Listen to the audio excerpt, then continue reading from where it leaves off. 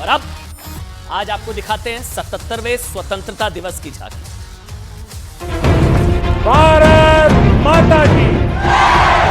भारत का सम्मान करने वाले, भारत का गौरव करने वाले कोटि कोटि जनों को आजादी के इस महान पवित्र पर्व की अनेक अनेक शुभकामनाएं देता।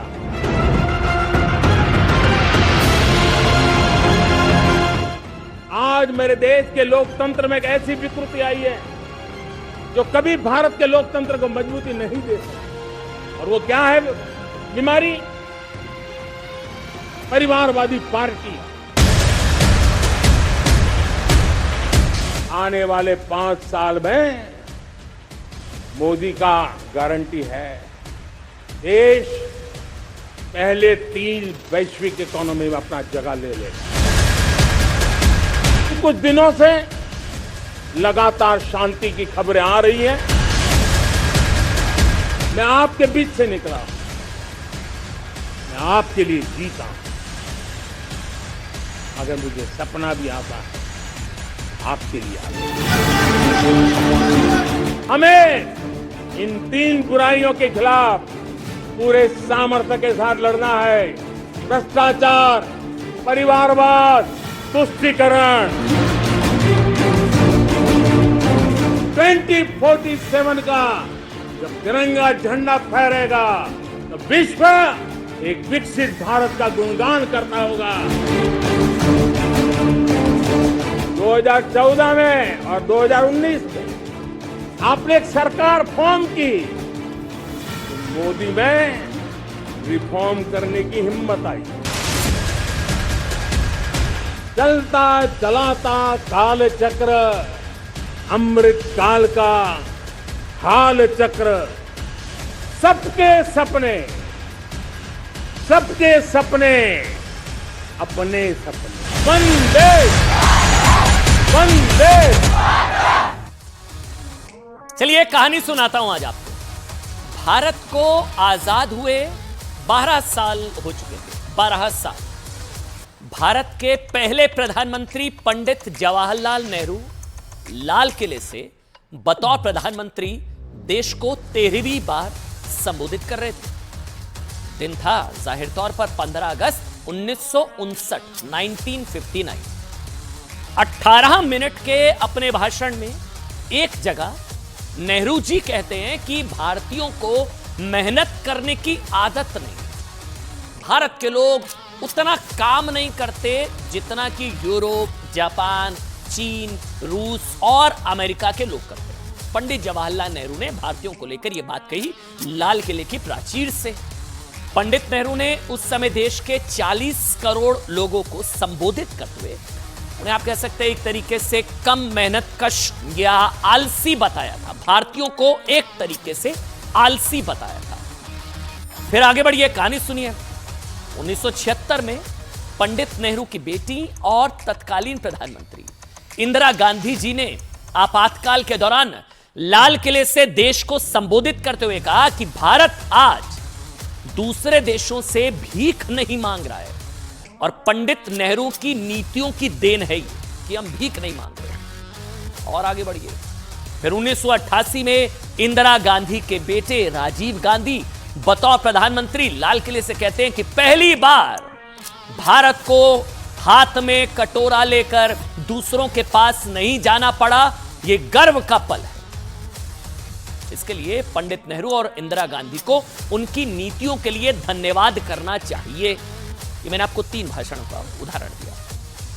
अब आप खुद सोचिए, देश के पहले प्रधानमंत्री जी कहते हैं कि देश की हालत खराब इसलिए क्योंकि देश के लोग मेहनत नहीं करते हैं, भारतीय कम मेहनती हैं। देश की दूसरी प्रधानमंत्री और नेहरू जी की पुत्री कहती हैं शुक्र है देश को भीख नहीं मांगनी पड़ रही है। तीसरी, और क्योंकि नेहरू ने अच्छी नीतियां बनाई, फिर देश के छठे प्रधानमंत्री और इंदिरा गांधी के पुत्र भी अपनी मां के शब्दों को एक तरीके से दोहराते हैं और वो कहते हैं, मतलब पहले, तीसरे और छठे प्रधानमंत्री, पहले प्रधानमंत्री, तीसरे प्रधानमंत्री और छठे प्रधानमंत्री, फिर वो कहते हैं राजीव गांधी कि उनकी मां और नाना की नीतियों की वजह से देश को पहली बार दूसरों से भीख नहीं मांगनी पड़ी। यानी कि देश कमजोर हुआ तो देश के लोगों का आलस जिम्मेदार, और अगर देश मजबूत हुआ तो एक परिवार के नेताओं की नीतियां जिम्मेदार।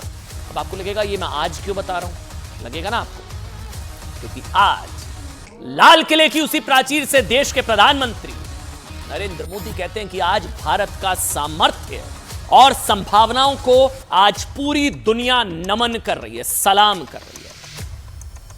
फर्क साफ है। ऐसा करिए, पहले इस फर्क को आप खुद महसूस कीजिए, फिर हम आपको बताएंगे कि जिन भारतीयों को कभी उन्हीं के प्रधानमंत्री ने आलसी कहा था ना, वो भारत आज अपने परिश्रम के दम पर कहां से कहां पहुंच चुका है।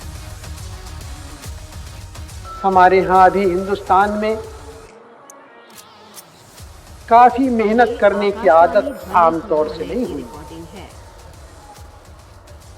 हमारा कसूर नहीं, आदतें ऐसी पड़ जाती हैं वाकयात से, लेकिन बात यह है कि हम उतना काम नहीं करते जितना कि यूरोप वाले या जापान वाले या चीन वाले या रूस वाले कहीं करते या अमेरिका वाले। ये न समझिए कि वो कौमें खुशहाल हो गई कोई जादू से, मेहनत से हुई है और अकल से हुई है। आज ये सब काम, ये बुनियाद, ये नींव अगर जवाहरलाल नेहरू ने नहीं डाला होता तो हम सब तरफ भीख मांगते होते। लेकिन आज बहुत सी चीज़ों को आज भी ज़रूरत है, तब भी हम भीख किसी से नहीं मांगते। पहली बार हमें दूसरों के दरवाजे पे बर्तन लेके पहुंचना नहीं पड़ा। ये गौरव की बात है, ये शान की बात है, और ये हम कर पाए हैं क्योंकि 40 साल से जो पंडित जी ने, इंदिरा जी ने काम किया था, उसका नतीजा आज हमारे सामने है। ये बात निश्चित है कि भारत का सामर्थ्य और भारत की संभावनाएं विश्वास की नई बुलंदियों को पार करने वाली है, और ये विश्वास की नई बुलंदियां नए सामर्थ्यों को लेकर के चलनी चाह रही है। अब देखिए, सुनाने का मकसद ये था कि देखिए, लाल किले से जब देश का कोई प्रधानमंत्री देश को संबोधित करता है ना, तो वो सिर्फ देश को अपनी सरकार के कार्यों का लेखा जोखा नहीं देता, बल्कि एक तरीके से दुनिया को यह भी इशारा देता है कि उसके देश का सामर्थ्य क्या है और वो देश को किस दिशा में ले जाने के लिए एक तरीके से प्रतिबद्ध है। अगर देश के लोगों को देश के प्रधानमंत्री ही एक तरीके से आलसी बताते हैं ना, तो दुनिया में उस देश को उसी नजरिए से देखती है पूरी दुनिया। अगर भीख मांगने की नौबत से देश जैसे तैसे बच जाए और उसका बखान कोई प्रधानमंत्री लाल किले से करे, तो दुनिया ये सोचती जरूर होगी कि आज ना सही ये देश भीख मांग सकता है, चाहे नेहरू जी हो या इंदिरा गांधी या नरेंद्र मोदी। भारत आज जहां है उसका श्रेय सभी को जाता है। लेकिन बात सिर्फ इतनी है कि जो भारत पहले सिर्फ इस बात से खुश हो जाया करता था कि इस फला साल में उसे फला देशों से भीख नहीं मांगनी पड़ी, अनाज नहीं मांगना पड़ा, वो भारत आज दुनिया की अर्थव्यवस्था का ध्रुव तारा बनकर दुनिया को राह दिखा रहा है। और रही बात भारतीयों के आलसी होने की ना, तो आज की तारीख में हम फिर से बता दें, भारतीय दुनिया के सबसे परिश्रमी लोगों में से एक है।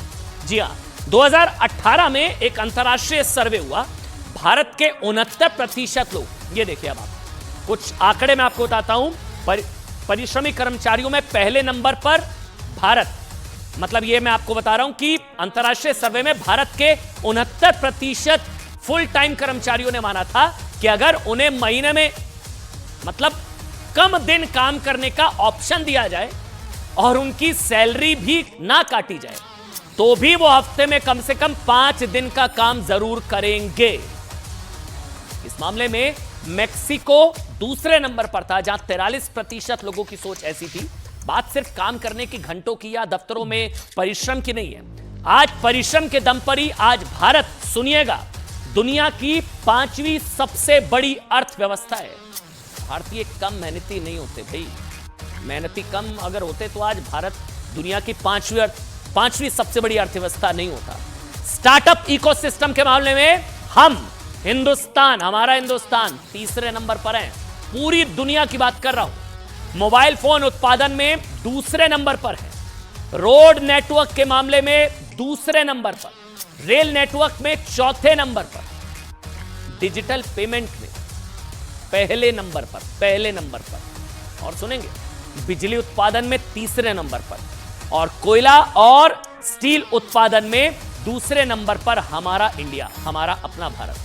देखिए लिस्ट बहुत लंबी है, मैं बार बार रिपीट कर रहा हूं, लिस्ट बहुत लंबी है, पर यह सब बताने की मतलब मंशा या मतलब सिर्फ इतना है ताकि आपने एक तरीके से समझ पाएं कि आज दुनिया में भारत जिस भी मामले में ऊंचे पायदान पर है ना, उसमें आपकी, हमारी और देश की सरकारों की मेहनत भी शामिल है। यानी कि भारत आलस से नहीं बल्कि उम्मीदों से भरा देश है, जहां के लोग मेहनत करना भी जानते हैं, कम मेहनती नहीं है, और देश को नए मकाम तक पहुंचाना भी। इसलिए आज प्रधानमंत्री ने भी लाल किले की प्राचीर से कहा कि आज पूरी दुनिया भारत के सामर्थ्य को नमन करती है, सलाम करती है।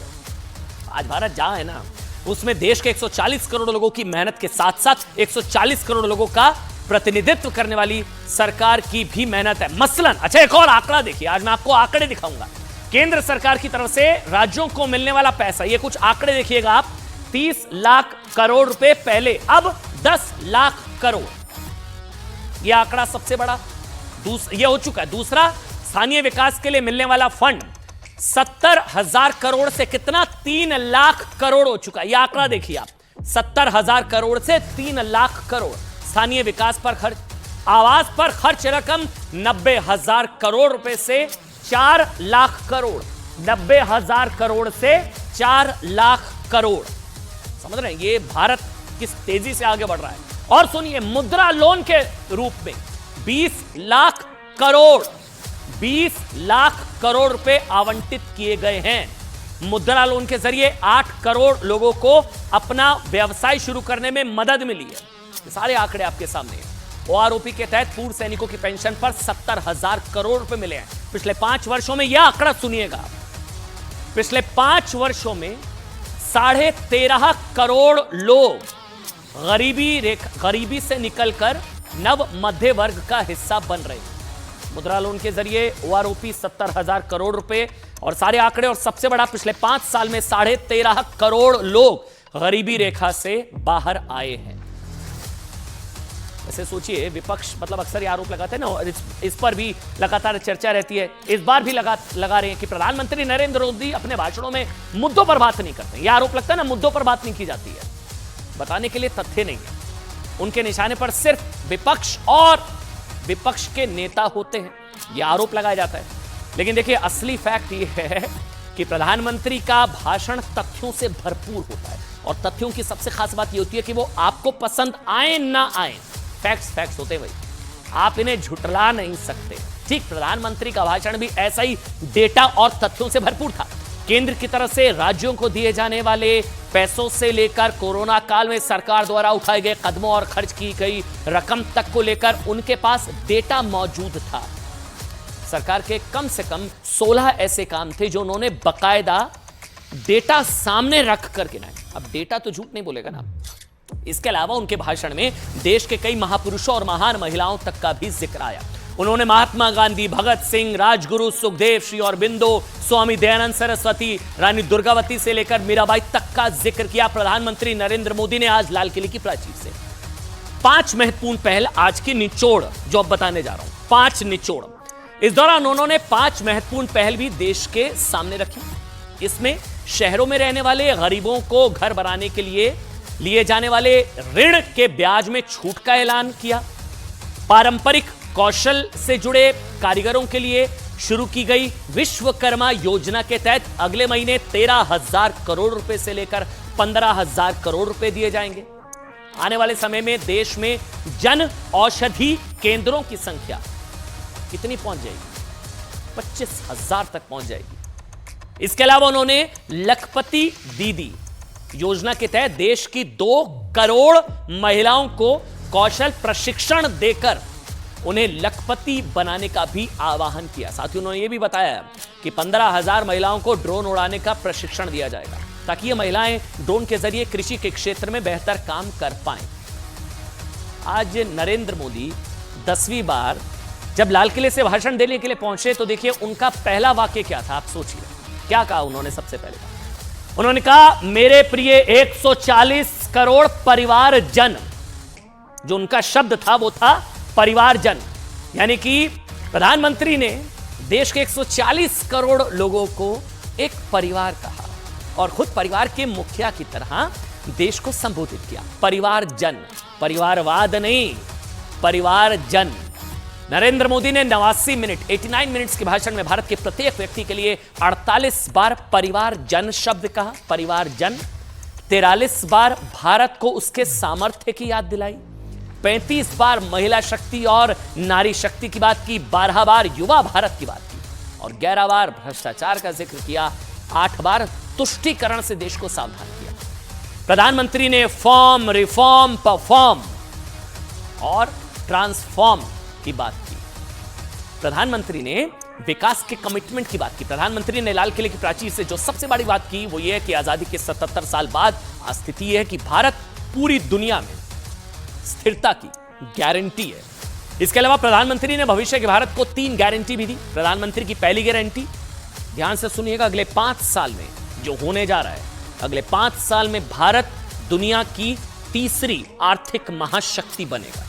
तीसरी, अभी हम 5वीं हैं, तीसरी, बहुत बड़ी बात है ये। दूसरी गारंटी, 2047 तक हम लोग, हमारा इंडिया, हमारा भारत, हमारा हिंदुस्तान विकसित राष्ट्र बनकर रहेगा, विकसित, डेवलप्ड।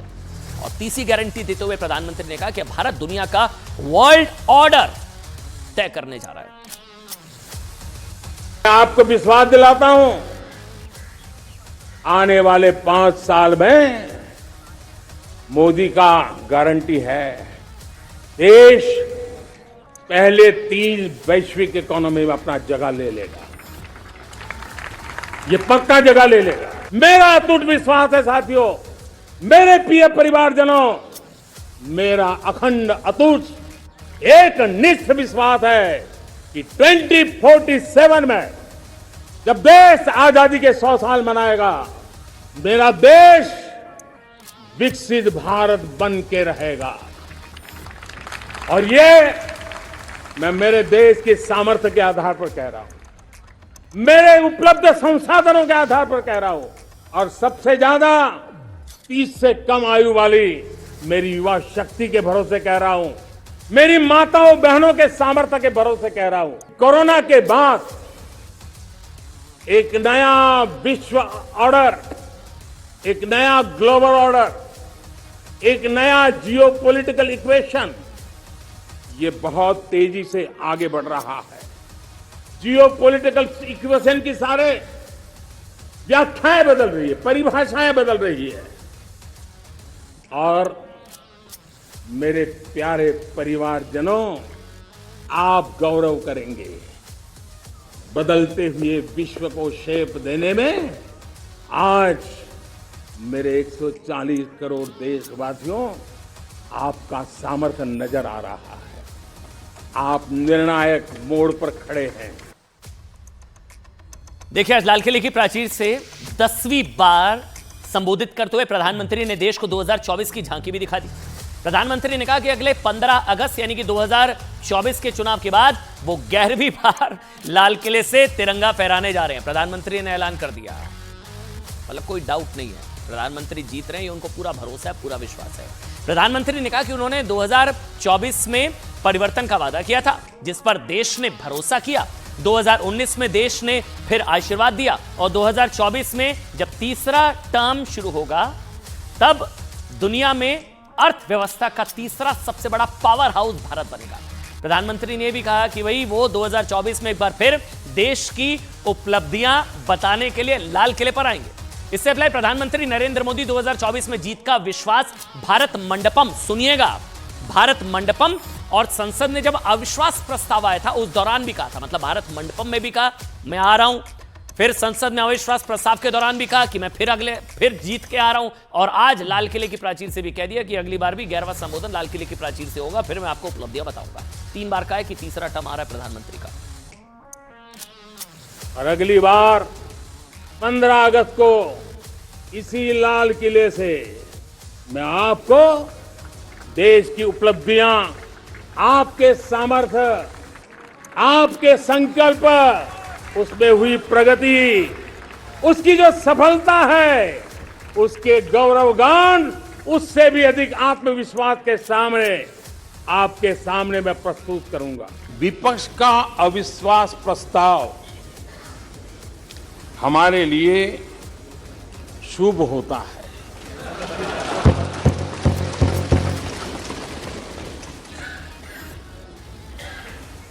और मैं आज देख रहा हूं कि आपने तय कर लिया है कि एनडीए और बीजेपी 2024 के चुनाव में पुराने सारे रिकॉर्ड तोड़ करके भव्य विजय के साथ जनता के आशीर्वाद से वापस आएंगे। तीसरे टर्म में दुनिया की पहली 3 इकोनॉमीज में एक नाम भारत का होगा।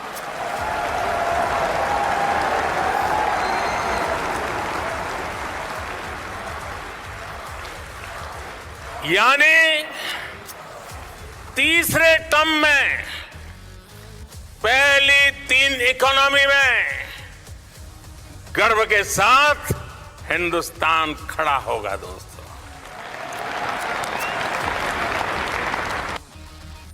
अब देखिए, लाल किला जो है वो भारत की स्वतंत्रता, संप्रभुता, एकता, अखंडता, संस्कृति का सबसे बड़ा चिन्ह है, प्रतीक चिन्ह है। आज इसी लाल किले से स्वतंत्रता के 77वें वर्ष पर बोलते हुए प्रधानमंत्री नरेंद्र मोदी भारत के 1000 साल के उत्कर्ष की भी उन्होंने बात की। लाल किले से 10वीं बार भाषण देते हुए प्रधानमंत्री नरेंद्र मोदी ने इतिहास के 1000 साल का जिक्र करते हुए कहा कि आज भारत जो फैसले लेगा वो अगले 1000 साल के लिए भारत का भविष्य बदल कर रख देंगे। लेकिन इसके लिए क्या? उन्होंने कहा कि आज के भारत को 3 बुराइयों से लड़ना होगा। 3 बुराइयों से। प्रधानमंत्री ने कहा कि आज के भारत की 3 सबसे बड़ी बुराइयां क्या है? नंबर 1 भ्रष्टाचार, नंबर 2 वंशवाद, नंबर 3 तुष्टीकरण। सुनिए वो बयान। हमें भ्रष्टाचार के खिलाफ एक नफरत का माहौल बनाना है। जैसे गंदगी हमें नफरत पैदा करते हैं ना, मन में गंदगी पसंद नहीं है, ये सार्वजनिक जीवन की इससे बड़ी कोई गंदगी नहीं हो सकती। और इसलिए हमारे स्वच्छता अभियान को एक नया मोड़ ये भी देना है कि हमें भ्रष्टाचार से मुक्ति पानी है। सरकार टेक्नोलॉजी से भ्रष्टाचार की मुक्ति के लिए बहुत प्रयास कर रही है। मेरे प्यारे परिवारजनों, ये आपकी कमाई का पैसा लोग लेकर के भागे थे, 20 गुना ज्यादा संपत्ति को जब्त करेगा। और इसलिए लोगों की मेरे प्रति नाराजगी होना बहुत स्वाभाविक है। आज मेरे देश के लोकतंत्र में एक ऐसी विकृति आई है जो कभी भारत के लोकतंत्र को मजबूती नहीं दे सकती। और वो क्या है बीमारी? परिवारवादी पार्टियां। और उनका तो मंत्र क्या है? Party of the family, by the family and for the family. इनका तो जीवन मंत्र यही है कि उनकी पॉलिटिकल पार्टी, उनका राजनीतिक दल परिवार का, परिवार के द्वारा और परिवार के लिए, परिवारवाद और भाई भतीजावाद प्रतिभाओं के दुश्मन होते हैं। अच्छा देखिए, प्रधानमंत्री नरेंद्र मोदी के लाल किले से भाषण के दौरान आज एक खाली कुर्सी भी काफी चर्चा में रही। ये खाली कुर्सी थी कांग्रेस अध्यक्ष मल्लिकार्जुन खड़गे की। खड़गे को आज लाल किले पर स्वतंत्रता समारोह में शामिल होना था। उनकी कुर्सी वहां पर लगी थी, उनका नाम लिखा था। लेकिन मल्लिकार्जुन खड़गे समारोह में नहीं पहुंचे। पहुंचने की बजाय कांग्रेस दफ्तर में तिरंगा फहराने के लिए वो पहुंच गए। बस इसी वजह से बीजेपी को यह कहने का मौका मिल गया कि कांग्रेस नेताओं के लिए देश से पहले पार्टी है। लाल किले पर नहीं पहुंचे मल्लिकार्जुन खड़गे। बीजेपी कह रही कि बायकॉट किया। ये देखिए वो कुर्सी, मल्लिकार्जुन खड़गे जिस पर लिखा, ये कुर्सी खाली रही, वो नहीं आए। इसके जवाब में खुद मल्लिकार्जुन खड़गे ने कहा कि भाई उन्होंने लाल किले पर स्वतंत्रता दिवस समारोह में जाना इसलिए उचित नहीं समझा क्योंकि उनकी आंख में दिक्कत थी, सिक्योरिटी की अड़चन थी और कांग्रेस दफ्तर जाना था। इन्हीं कारणों की वजह से वो लाल किला ना जाकर कांग्रेस दफ्तर चले गए। इसके जवाब में बीजेपी ने कहा कि लाल किला राष्ट्रनीति का मंच है जिसे कांग्रेस ने राजनीति के लिए जानबूझकर दूरी बनाई।